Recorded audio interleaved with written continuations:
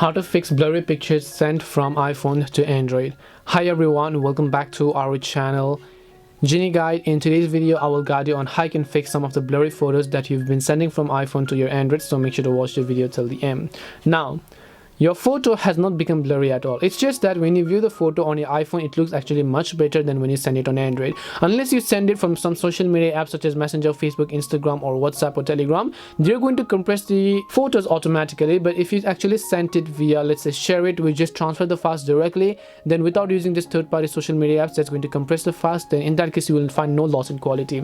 But still, if it is quite blurry, then I can recommend a couple of things. Now in my case, if you're in case using the Samsung smartphone, then you can open up gallery and then just select a photo, right, that is quite blurry in this case. So I'm just going to select a specific photo that's quite blurry. Then you just have to tap the three dots icon here, and then here you'll find the remaster picture button. So this remaster picture is an auto tool or an AI tool on our Samsung smartphone that is going to increase the resolution and give it more sharpness and depth in the photo automatically if the photo is actually quite blurry. Then after the remaster is basically done, you'll be able to notice the differences. This is basically the before one and this is the after. It may not be noticeable to you in the camera, but it is actually quite noticeable for me.